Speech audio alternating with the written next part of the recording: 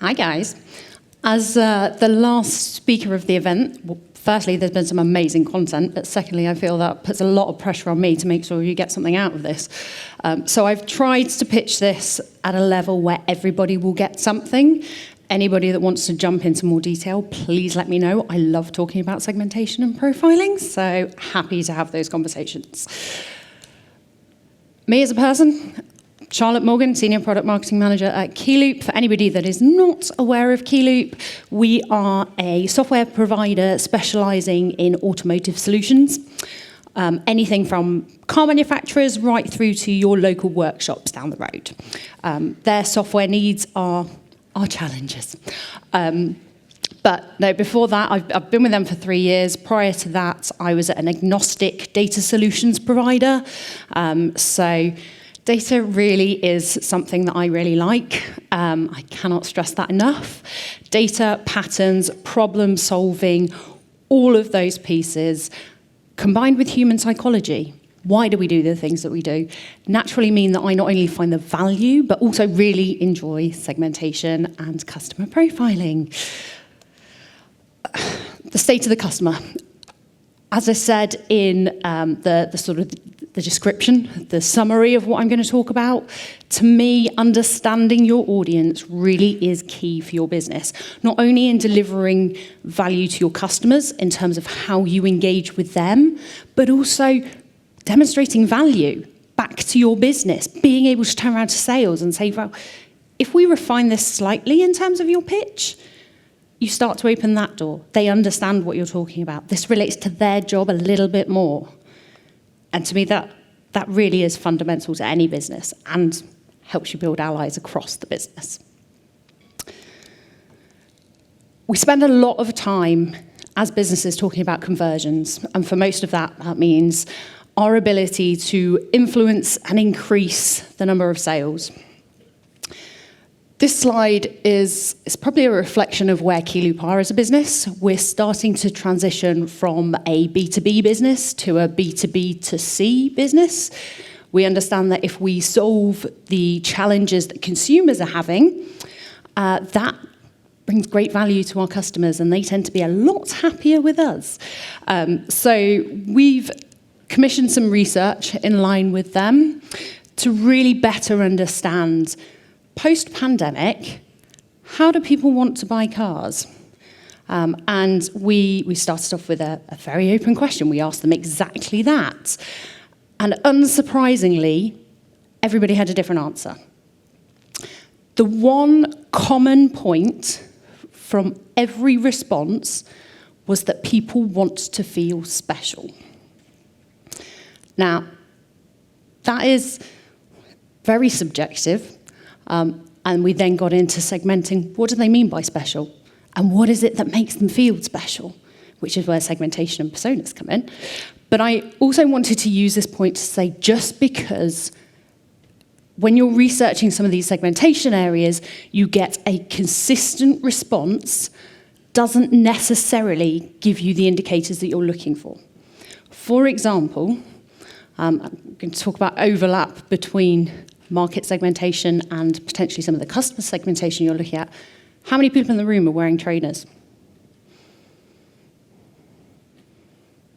Probably just below the UK average. 2/3 of people now wear trainers to work. Does that mean anything? Probably not. But it could be something that gives you a bit more insight into British culture than it does actually your customer base. So, as we start to move on and understand how we make those customers feel special and what it is that drives them, I thought it would be worth defining what we mean by segmentation and personas.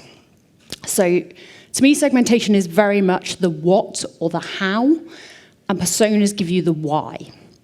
So, customer segmentation and customer personas, they're not mutually exclusive. A lot of people use the onion analogy. We're peeling more layers back. We're understanding them a little bit more.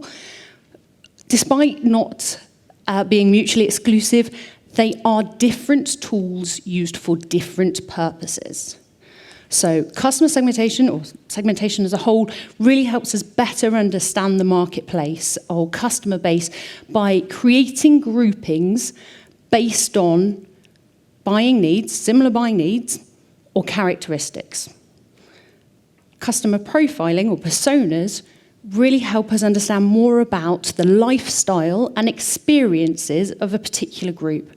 What drives them or motivates that behavior from that group? What and how, why? So to give you some examples of this, I've tried to include a B2B common example, split by industry. B2C, income. Then I've included my own. How do I group my contacts and connections? And these are some of how my phone book looks. Close friends, friendship group, acquaintances, colleagues, previous dates. From a persona side of things, I've then broken that down. So if we take previous dates, I'm now married. I do have consent from my husband to incorporate him in this presentation. But what made him different to previous dates? How do I further define a segment? To me, it was about his values. Piece of information that comes out within the customer profiling and persona. I had previously dated ambitious people, but he was a person that was really empathetic. That was something that I aligned with. And as you draw out within this persona mapping and profiling more information about these people, you can start to see where that alignment piece lies. Whether you are talking about a product and service versus a market or a customer segment, or whether you're talking about potential marital material. There is a need for alignment between the two. If they don't align, it's not going to work. We talk about product marketers being busy. You need to be able to size that opportunity and work out whether your time is best spent there. If it's not, move on. Lucky for us, that did work out. But as I said at the beginning, data really, to me, is the key foundation to this.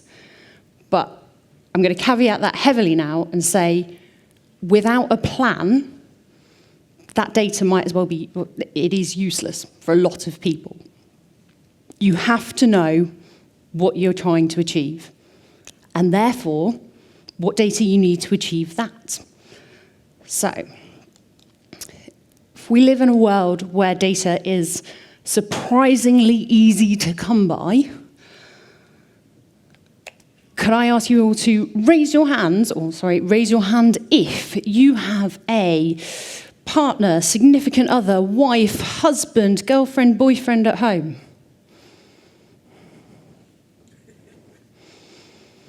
Did you know the higher you raise your hand, the better that relationship is? Anybody want to revise their initial submissions? Well, thank you. That's potentially some highly personal information, but what am I going to do with that? I can go out and collect as much data as I want, but if that does not align to my plan, I'm wasting my time. So, key point to me, as a starting point, know what it is you are trying to achieve and bring your stakeholders into that conversation. If they are not on board, product marketing spans too much of a business to get stuck in the crossfire between what sales want and what product want. That doesn't help you move forwards. Make sure that that goal is clear, stakeholders are aligned, it's realistic, and you've got some clear milestones that help you demonstrate the value that you are bringing back to the organisation. So, you know where you're going, got that segmentation plan sorted, you've got your key milestones, how are you going to do it? Typically, there's one of three ways. Priority segmentation, it's the simplest and most conventional way of conducting segmentation. It's also the quickest. A lot of it comes out of observation and assumption. So what can I tell about a group of people without putting too much time and energy into really understanding them. For example, how much do they use a product? Can I pull a report out on my product and split them that way? What industry do they work in? Don't need to speak to anybody to start to group customers in that way. To me, that's a great starting point, but where it really comes into its own, where you can really start to tailor messaging, is by conducting the needs-based segmentation. Now, I don't want you to underestimate that. That's going to take work. You've really got to get hypotheses together and go out and test them. Make sure you understand those customers and you profile them correctly.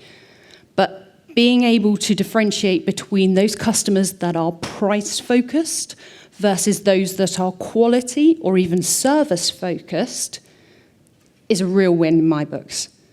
You know then which ones the sales are probably going to have to discount, and particularly, I look after product P&Ls.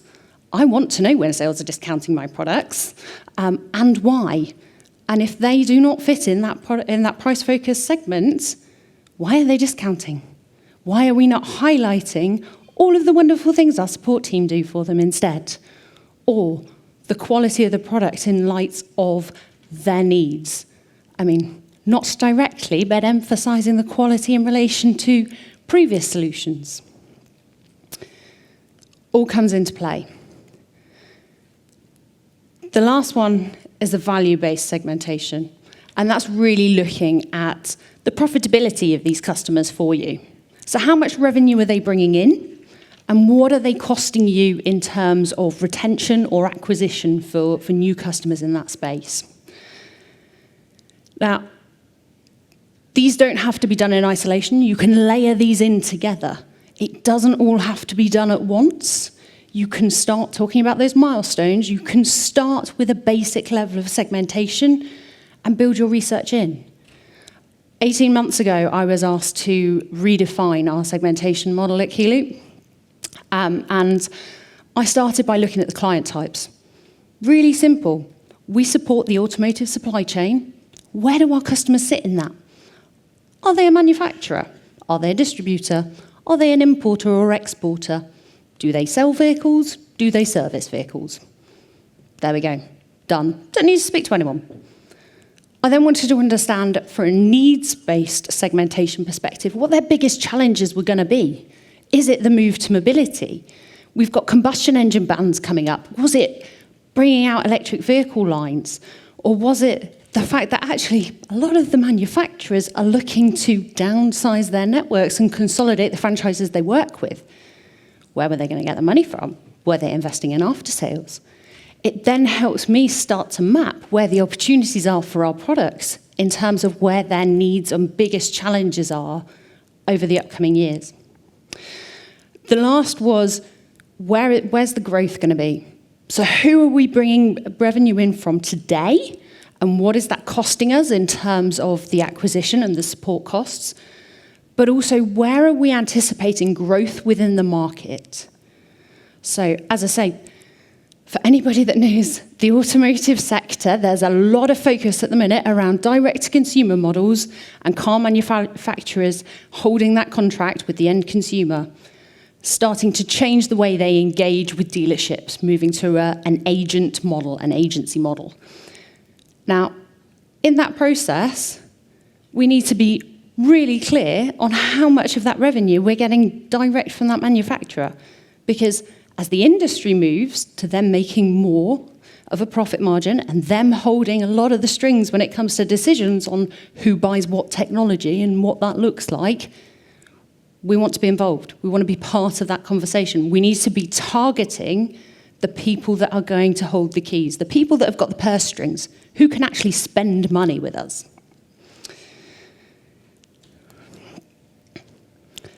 But that takes work. All of this takes work. In terms of understanding that needs-based segmentation, I said you need to have hypotheses. You need to be able to go out and test in the market. Going back to the consumer research we conducted with some of our customers, we wanted to understand how buying has changed after the pandemic. During the pandemic, there was a massive shift. Everything went online. companies had to evolve or die. And a lot of them invested heavily in online solutions across the board, right? We all did. But what's happening now? Now you can go back to in-store. Would you rather have a conversation with somebody about your car finance in person or over the phone? We wanted to know. So we went out. We asked people for the 3 key stages when you're learning about what's on the market. What could you buy? What car's going to suit you? When you're actually shopping for the best price, and when you purchase, how do you do that? Initially, we categorized them or segmented them into 3 core areas: pure online, offline, and hybrid. In terms of then profiling off the back of that, we then wanted to know which channels and how does that fit. If you're in a hybrid, at what point? Where do you switch? Why do you switch? What drives that switch? They were all the key things that we wanted to know. I have to say that work is still going, but I can give you an update on where we are after this. In terms of profiling, to me, these guys are fantastic. If you haven't come across StarCount, thoroughly recommend them. They will effectively use web scraping to better understand your personas that you have. They can do it at a wider level, at a segment level. But they will also then show you people that have a similar profile to your custom audience.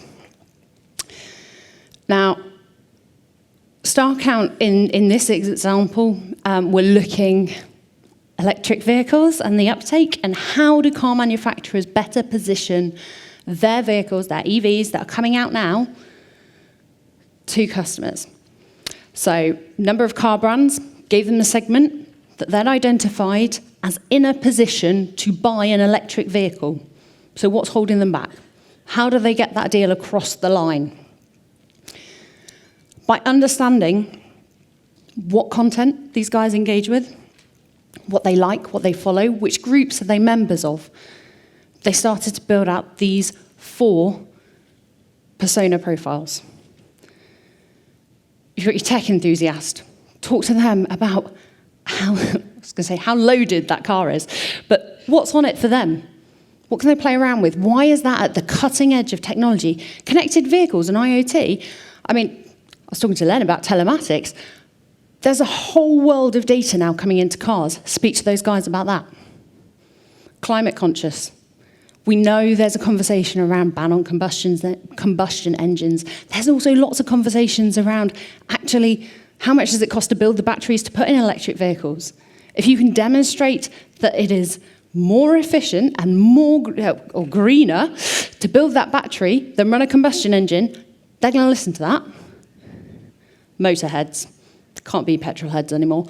But what are the exciting things that you get now in an EV? The torque is incredible. The speed. It's going to resonate a lot more with that type of audience. And savvy spenders. Where do they save money in buying an EV? All starts to enable brands to tailor their messaging.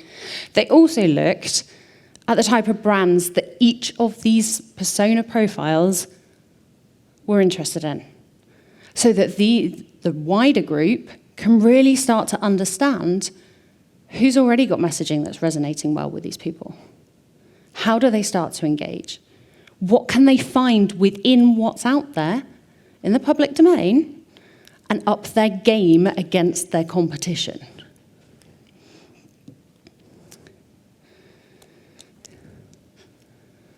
So once we know the segments we're looking at, persona profiles, how do we populate and build those persona profiles? What data are we going to put in them? I said before, if it doesn't align to your end goal or your milestones, it's not taking you in the direction, don't worry about that data. You can lose hours trying to maintain data sets. Trust me, I've tried. So what matters to you? What can you collect qualitatively or quantitatively that is going to tell you what you need to know about your customers? And how do you collect it? You need to also understand, is this data something that is going to rapidly change? If it is, are you and your business set up to track that change? If it's not, great, keep it. But bear in mind, segmentation evolves. Customers change. The market moves on. Technology evolves. You've got to be able to keep up with that. It's got to stay relevant. If something moves on and you get left behind, everything falls out of sync. Your messaging and positioning is left behind with that. So make sure you're aware of what you are collecting and how quickly that is likely to change. We talked a lot about allies over the last couple of days. And once you start talking about customer data, increasingly that sits everywhere. Different people in the organization sit on different gold mines, know who they are, and tap them up as quickly as possible. But this also aligns to making sure those stakeholders are involved from the beginning. If those leaders within the business understand what you're trying to do and how it's going to benefit them and their team, they will open any door they can for you to make that happen. So get them on board early, work out where it is, then speak to them. Make it happen.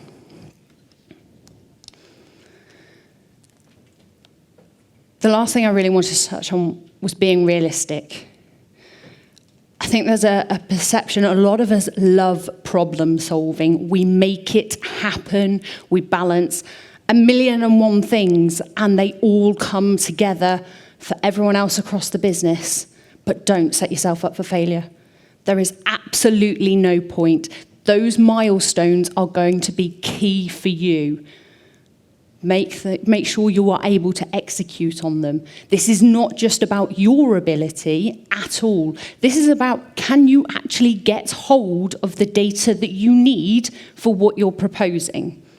If that data is not accessible, find another way. Don't waste time chasing down something that you are never going to be able to attain. Focus on what you can do that is going to make a difference. And bring those together and towards your milestones and the end vision.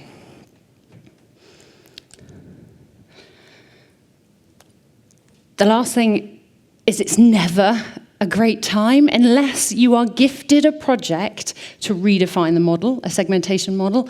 There is never a good time to start this. So every time's a great time. Just get on. Take a set time and work out where you're going. Absolutely, that needs prioritizing. But after that, it's an iterative process. Don't worry if it goes a week, 2 weeks without an update. Just keep going. Any step forward in the right direction is better than not moving at all. You're getting closer to that goal.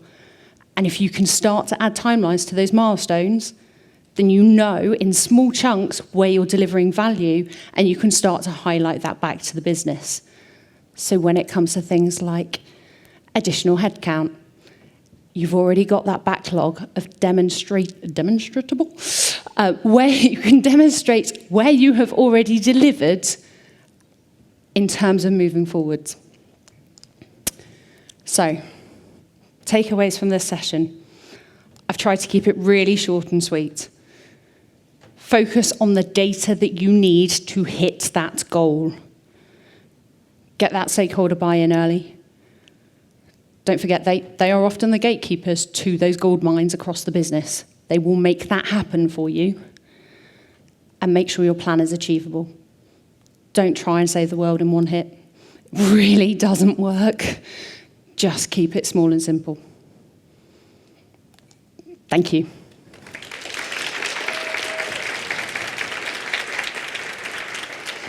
Thank you so much, Charlotte. Hopefully you've got a little bit of energy left in the tank to answer some questions before we let you go. So the data in Salesforce, or really any CRM, can be limited and unreliable. How can you get the data for segmentation when you have limited budgets? So to me, this goes back to that stakeholder buy-in, right? We know that typically, and I hate to speak ill of my colleagues, but sales hate admin. what's in it for them? Sell those benefits. I mean, this is our job, right? We've got to be talking to them about what is in it for them. Why should they give up that time? What are they getting back? Make sure that initial milestone where you deliver the demonstrable value back to them is a quick one. And they start to get on board. It looks like someone in the crowd has been quite introspective since you asked us to raise our hands. Is it true that raising your hand is how you feel about your relationship? It's out there. Oh, sorry.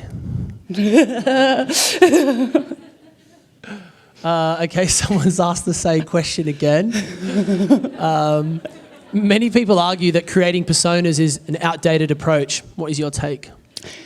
I think you've got to find what works for you. I mean, personas, profiling, how is your business set up, right? You've got to get deeper than those initial segments.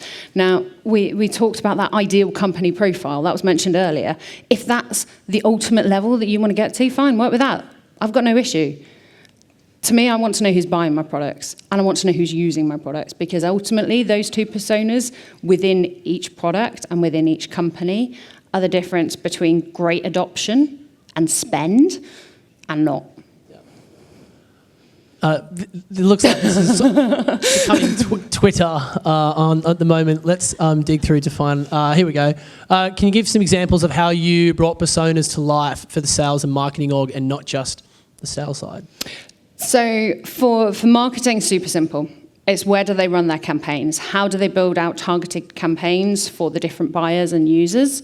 For sales, it's around working with them. It's spending a little bit more time and helping them with their prospecting list, right? What do they know? Who do they know within that organization? And how do we position our products to the people that they know within their prospect list? How do you research jobs to be done and validate these use cases with your customers? So I start with a hypothesis. I'll have a look. I'll speak to other people within the industry. I mean, I've been in automotive 3 years. I think I've got a fair understanding, but I will speak to my colleagues. I will map out what we know internally and then take that to our customers and ask them for feedback on it. Nice. More of a practical question here, but sort of what is some ballpark costs for external research and how do you go about justifying those business cases? Really depends on who you want to use. I mean, how long's a piece of string? I think that really does come down to the specifics and how niche your business or industry is, and who's out there able to supply that data. I appreciate that's probably not a great answer, but I feel it's an honest one. This next one here is actually quite interesting because I think that marketers maybe do this a lot, but how do you stay objective when analysing data, especially when you choose the metrics that you want to monitor? How not to track them to your side? How do you avoid being biased when you're interpreting data? So to me, this comes back to what are you trying to achieve? And do those metrics give you an objective opinion? If it's already set up with a bias, if you're using something like, I don't know, AI machine learning, you're never going to get a woman president to come out of that, for example, because the data isn't there to start off with. But if you are just going out and starting to look at something in general, it becomes a lot easier. I think, again, that's probably down to the specifics of the data that you're looking at. But I'd review the sources and I'd speak to who's collecting the data. If you're collecting it yourself, I think that's a lot easier. I think you can really, does this move in the direction that I want to? Is it an objective measure? Great. Okay, last question. How do you differentiate marketing for price-based or price-focused customers and service-focused customers when value-based selling is the norm? So again, I think it comes down to that next level. Like, what is driving that? I mean, from a price-focused perspective, what are they getting in return? That's where you get all your ROI stats. Where are you saving time and money? Where are you helping them create higher revenue or profit margins within their organization? Whereas service-focused, I mean, to me, that's about the small guys. That's about the people that are going to need the hand-holding and that are going to need somebody to understand where they are at with their business and bring them on board with their technology. Great. Okay. Well, round of applause for Charlotte. Thank you very much. I'm a bit sad now. We've reached the end. It's been a pretty big 2 days. So before I let you go, just want to say, please have a go at the surveys that are on the table. I think Beth is actually going to be emailing surveys around to people. Looks like they're being handed out at the door as well. So that is super valuable. Massive thank you to all of the speakers. You can tell that there was so much effort and time and care put into presenting over the last couple of days. Big thank you to everyone from the PMA for putting this on, for getting us together, for Catherine for hosting yesterday, and for all the event staff that have kept us fed and watered and comfortable. A big thank you to everyone here as well. You've brought a lot of energy and ideas over the last couple of days. Thank you for putting up with me today. I think it's going to be a very interesting year before we see you again. I guess I'll just go back to the point that I made this morning that, you know, we are your colleagues. This is the community here, and really lean into this community, whether, you know, next year is a good year, a great year, or not so great year for you. Support each other however you can, and I'm really looking forward to seeing everyone next year. Thanks so much.